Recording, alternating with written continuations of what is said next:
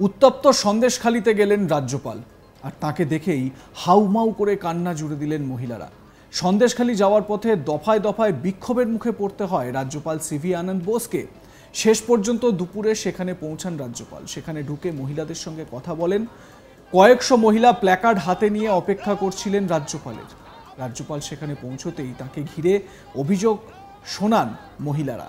জানান, হয় মহিলাদের উপর অত্যাচার করা হয়েছে, সেখানে শেখ শাহজাহান ও তার দলবলের ভয়ে তারা সিটিয়ে থাকেন, পুলিশ কোনো অভিযোগ নেয় না।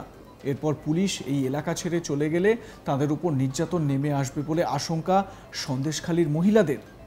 সব শুনে রাজ্যপাল সিভি আনন্দ বোস মহিলাদের আশ্বস্ত করেন, বলেন যথাযথ ব্যবস্থা নেওয়া হবে, শান্তি প্রতিষ্ঠার জন্য যা যা করা উচিত তিনি করবেন। সফর কাটছাট করে সোমবারই কেরল থেকে কলকাতায় ফিরে সন্দেশখালীর উদ্দেশ্যে রওনা দিয়েছিলেন রাজ্যপাল সিভি আনন্দ বোস। সোমবার সকাল 8:30 নাগাদ কলকাতা বিমানবন্দরে নামেন বোস।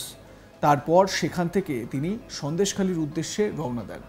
মালঞ্চের কাছে পৌঁছতেই রাজ্যপালের কনভয় ঘিরে বিক্ষোভ দেখান স্থানীয় মহিলারা। রাস্তার দুপাশে প্ল্যাকার্ড পোস্টার হাতে 100 দিনের বকেয়া মেটানোর দাবি তোলেন তারা। স্থানীয় সূত্রে খবর, বিক্ষোভ করতে করতে রাজ্যপালের কনভয়ের সামনে চলে যান বিক্ষোভকারীরা, যার জেরে বোসের কনভয় থেমে যায়। মিনিট 5 রাস্তায় আটকেও ছিল কনভয়। পরে পুলিশের হস্তক্ষেপে বেরোতে পারেন রাজ্যপাল। সেখান থেকে পৌঁছে যান সন্দেশখালীতে। এদিন সন্দেশখালীতে যেসব মহিলারা রাজ্যপালকে অভিযোগ জানাতে এসেছিলেন তাদের বেশিরভাগেরই মুখে কাপড় বাঁধা ছিল। কোনো কারণে যে তারা ভয়ে রয়েছেন তা ফুটে উঠছিল স্পষ্ট। রাজ্যপালকে একটি লিখিত অভিযোগও জানানো হয়েছে। রাজ্যপাল শান্তি ফেরাতে পদক্ষেপ করবেন বলে আশ্বাস দিয়েছেন ওই মহিলাদের। এক মহিলা জানিয়েছেন, পুলিশ আমাদের কোনো কথা শোনে না, সবাই চলে গেলে ভয়াবহ পরিস্থিতি তৈরি হবে। ওদের বিরুদ্ধে বলেছি, ওরা তো ছাড়বে না। শেখ শাহজাহানের কঠোর শাস্তির দাবি জানিয়েছি। এদিকে সন্দেশখালী কাণ্ডে রাজ্যপাল বোসকে পদক্ষেপ করার জন্য শনিবার 24 ঘন্টার সময়সীমা বেঁধে দিয়েছিলেন বিরোধী দলনেতা শুভেন্দু অধিকারী। রাজভবন জানিয়েছে, সম্প্রতি যে অশান্তির ঘটনা ঘটেছে সন্দেশখালীতে, সে ব্যাপারে রাজ্য সরকারের থেকে সবিস্তার রিপোর্টও তলব করা হয়েছে। সন্দেশখালীর ঘটনাবলী নিয়ে রাজ্যপালের সঙ্গে কেন্দ্রীয় সরকারের মুখ্য ভিজিলেন্স কমিশনারেরও আলোচনা হয়েছে বলে জানানো হয়েছে রাজভবনের তরফে। রাজ্যপাল সিভি আনন্দ বোস, তাকে ঘিরে মহিলারা তারা প্রতিকার চাইছেন। তারা বলছেন, এর একটা সুরাহা করতে, এর একটা বিহিত করতে। দেখুন মুখে কিভাবে কাপড় বেঁধে রেখেছেন ওই মহিলা। নিজের মুখ বা নিজের পরিচয় তিনি প্রকাশ্যে আসতে দিতে চান না, পাছে কোনো রকম সমস্যা তৈরি হয় সেই কারণে। শেখ শাহজাহানের দলবল, শেখ শাহজাহানের বাহিনী তারা যদি উৎপাত চালায় বা উপদ্রব চালায় বাড়িতে, সেই ভয়ে তারা মুখ ঢেকে রেখেছেন। দেখুন ওই মহিলা কাতর আর্জি জানাচ্ছেন রাজ্যপালকে দেখে। তিনি বলছেন, শেখ শাহজাহানের দলবল এখানে কীরকম অত্যাচার চালায়, এর থেকে পরিত্রাণ চাইছেন সন্দেশখালীর মহিলারা।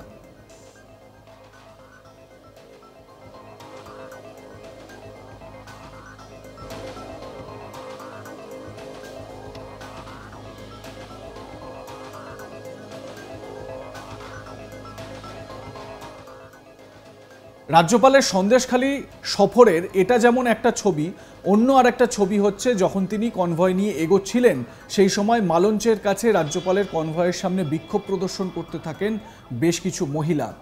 তাদের হাতে প্ল্যাকার্ড ছিল, 100 দিনের টাকা কেন দেওয়া হচ্ছে না, রাজ্যপাল জবাব চাই, জবাব দাও বলে স্লোগান তুলতে থাকেন তারা।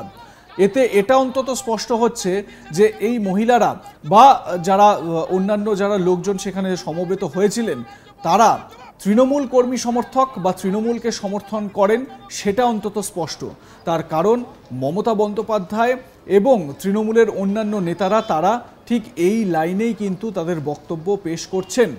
কিছুক্ষণ আগেই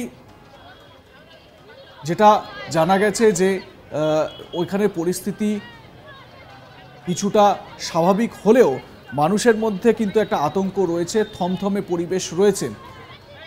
বসিরহাটের সাংসদ নুসরাত জাহান তিনি সোশ্যাল মিডিয়ায় অন্যান্য পোস্ট তো করতে পারেন, ভ্যালেন্টাইন্স ডের পোস্ট তো করতে পারেন, কিন্তু সন্দেশখালীর এই মহিলাদের যন্ত্রণা নিয়ে তিনি কোনো পোস্ট করেননি। তিনি বসিরহাটের সাংসদ হওয়া সত্ত্বেও সন্দেশখালী চত্বরে একবারও পরিস্থিতি খতিয়ে দেখতেও যাননি। এই রকম একটা পরিস্থিতিতে রাজ্যপালের এই সন্দেশখালী সফর এবং তার সন্দেশখালী সফরে তার কনভয়ে হামলা। আপনারা কি মনে করেন জানাতে ভুলবেন না কমেন্ট সেকশনে। দেখতে থাকুন আজ তাক বাংলা।